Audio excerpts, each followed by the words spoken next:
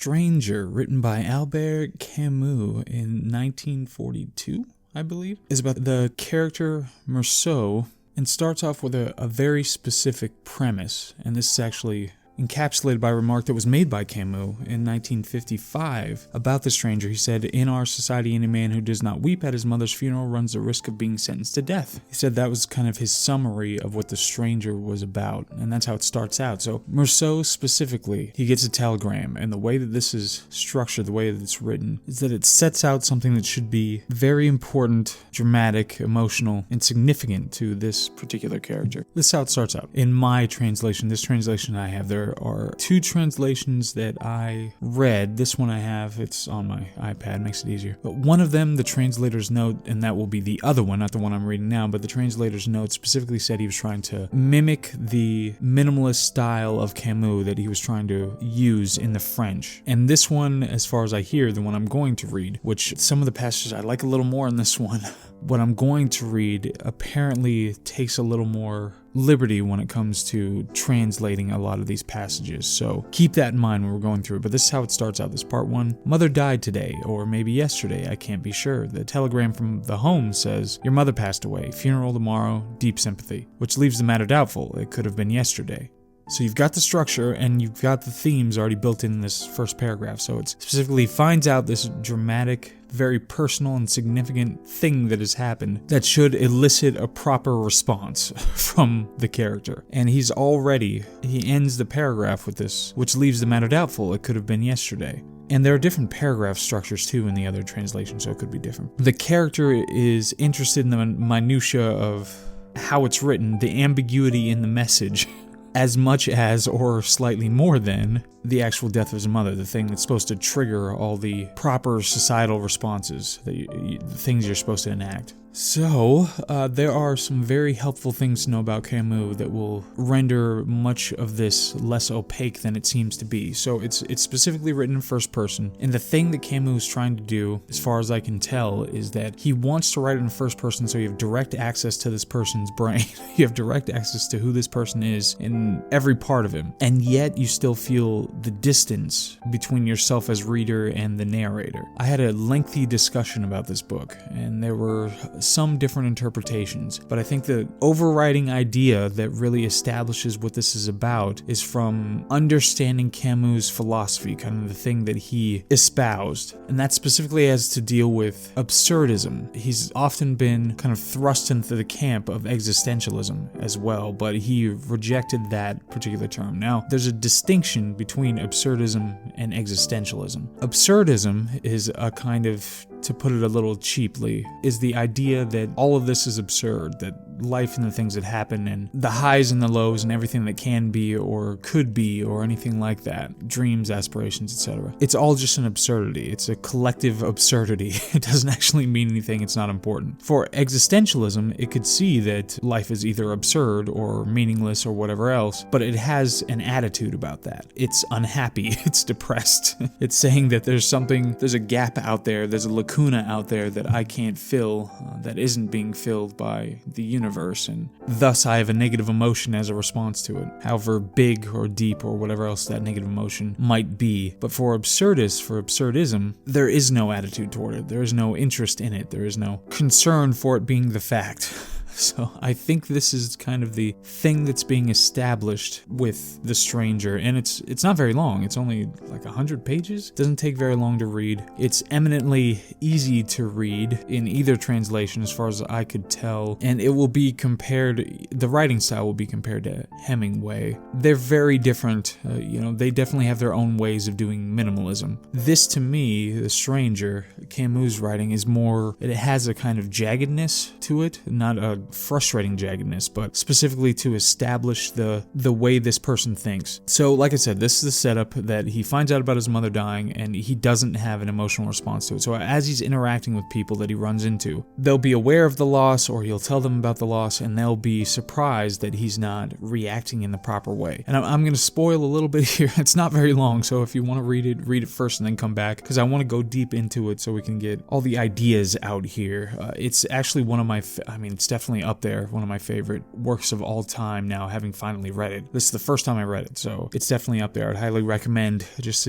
giving a go through. It's probably not quite the read for a sunny day unless you want to offset the kind of depressive ideas that are going to come out of it. But so, number one, it starts out with this idea that he's supposed to act in a certain way when it comes to responding to these kinds of things in society. Now, you could read that as, oh, society's oppressive, man. You know, the kind of the hippie tack that I don't want to be told by society how I'm supposed to feel about any given thing. That, to me, would be a very superficial and disregard all the philosophies behind it. But it could be that it's just society can't tell me what to be or what to do. I'm outside of society and therefore so I'm condemning this idea that I have to be a certain thing or react in a certain way because of society. So it could be that. I don't think so. But as the character goes along, so he suffers this, he goes to the mother's funeral, he's observed as not being very interested in it. Subsequent to this, he has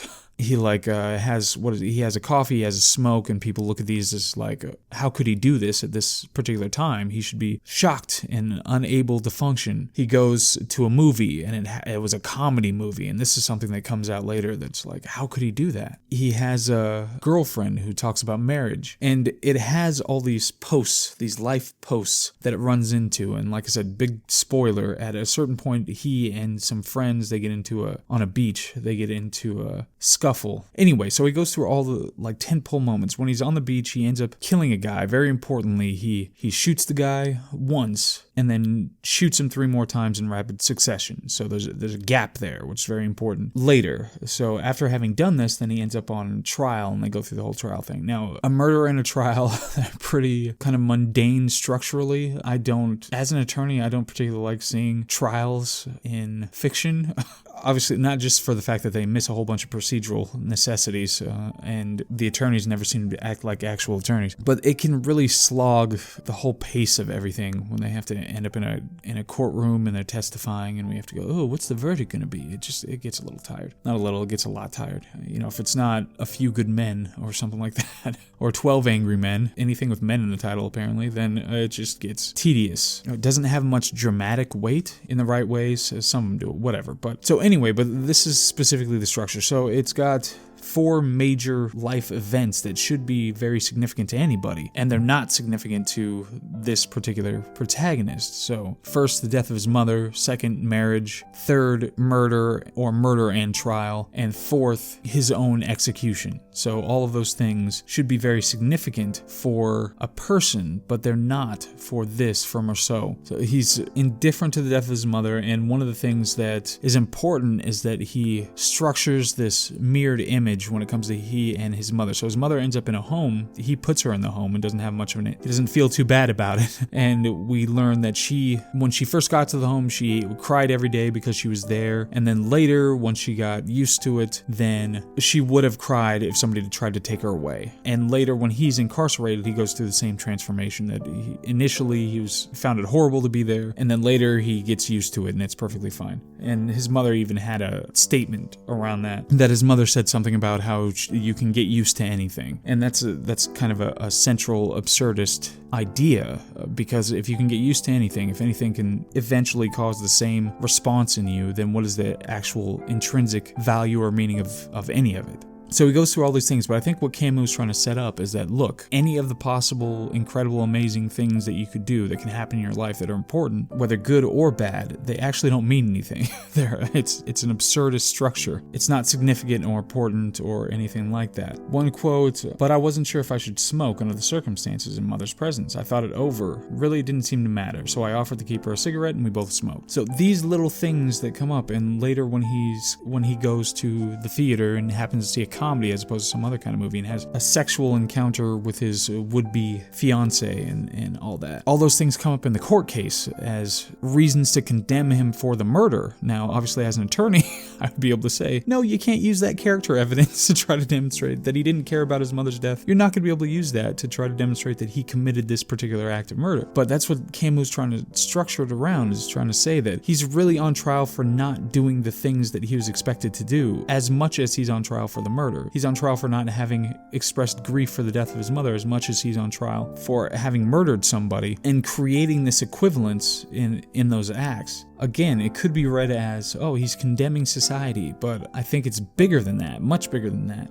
Like I said, it's mostly minimalist writing. I have one passage here that was kind of the most florid passage that I ran into, so I want to read that so you can see how it sounds. And it's relatively similar to the other translation as well. Quote, "And I can remember the look of the church, the villagers in the street, the red geraniums on the graves, Perez's fainting fit, he crumpled up like a rag doll, the tawny red earth pattering on mother's coffin, the bits of white roots mixed up with it. Then more people, voices, the wait outside a cafe for the bus, the rumble of the engine, and my little thrill of pleasure when we entered the first brightly lit streets of Algiers, and I pictured myself going straight to bed and sleeping 12 hours at a stretch." End quote. Beautiful passage. I mean, it sounds great. A lot of wonderful words in there, but it does kind of stray from the method throughout. And that's one thing. If the character takes an interest in something, if Meursault is suddenly bothered or interested or elated by something, then it kind of undermines the whole idea. So it's really kind of divided into two parts, before and leading up to and including the murder, and after through the court case and subsequently. So one important note about the actual murder is that when it happens, he shoots once, and all the descriptions around the murder aren't things that you would expect to be described. So the things that are talked about the most are coming from the universe as opposed to coming from something internal or, like fear or something like that. He talks about the sun, how the sun's in his eyes, and what the temperature feels like, and the air, the hot air that's coming off of the beach. Those are the things that are in his head at the moment. And I think, again, Camus is trying to structure it saying that it's the universe, it's all this extra stuff that's impacting this. It's not really about whatever particular act is happening right now. It's about something larger than that. I don't think he was subscribing to determinism or something like that. He's trying to sap the significance out of these personal things that would happen because they're absurd. Not expressing grief about your mother who passed away or committing a murder. It's all absurd. It's all in the same thing. It's on the same level. I think here's the passage actually. "Then everything began to reel before my eyes. A fiery gust came from the sea, while the sky cracked in two. From end to end, and a great sheet of flame poured down through the rift. Every nerve in my body was a steel spring, and my grip closed on the revolver. The trigger gave, and the smooth underbelly of the butt jogged my palm, and so with that crisp whip-crack sound it all began. I shook off my sweat, and the clinging veil of light. I knew I'd shattered the balance of the day, the spacious calm of this beach on which I had been happy, but I fired 4 shots more into the inert body, on which they left no visible trace, and each successive shot was another loud, fateful rap on the door of my undoing." So again, a lot of description about temperatures and light as opposed to things that you would really expect. A fiery gust came from the sea. I shook off my sweat. The balance of the day, calm beach, and he shot 5 times. I missed that. Way to pay attention to the details here. So it was once and then 4 more. And the important thing here is that you can't say now that it was self-defense because the guy had a knife. But you can't say that, oh, he was just defending himself and get him off the hook, because that would undermine the whole idea, the thematics of the whole thing. And he tells this story. So he finds on the underside of his straw mattress when he's in prison, he finds this little piece of news clipping that's of a particular story, and this is how the story goes. So, one day when inspecting my straw mattress, I found a bit of newspaper stuck to its underside. The paper was yellow with age, almost transparent, but I could still make out the letter print. It was a story of a crime. The first part was missing, but I gathered that its scene was some village in Czechoslovakia. One of the villagers had left his home to try his luck abroad. After 25 years, having made a fortune, he returned to his country with his wife and child. Meanwhile, his mother and sister had been running a small hotel in the village where he was born. He decided to give them a surprise, and leaving his wife and child in another inn, he went to stay at his mother's place, booking a room under an assumed name. His mother and sister completely failed to recognize him. At dinner that evening, he showed them a large sum of money he had on him, and in the course of the night, they slaughtered him with a hammer. After taking the money, they flung the body into the river. Next morning, his wife came and, without thinking, betrayed the guest's identity. His mother hanged herself. His sister threw herself into a well. I must have read that story thousands of times. In one way, it sounded most unlikely. In another, it was plausible enough. Anyhow, to my mind, the man was asking asking for trouble. One shouldn't play fool tricks of that sort." End quote. So, of course, the response to this, and there could, again, be some kind of a response that just says, well, this is just an atypical person. This is just a not great person who has some kind of a psychological disorder who can't respond to things in the way that people respond to things. But again, that completely ignores any kind of a philosophical structural idea behind it and the way that all this stuff is built. So this is a story of just a horrible thing happening, and the interest is, I'm not sure if it's likely or plausible, and the guy was kind of asking for it. He shouldn't be playing tricks. Of course, the punishment for playing tricks is to be slaughtered by your long-lost mother and sister, and then have them hang themselves in abject horror when they find out the truth.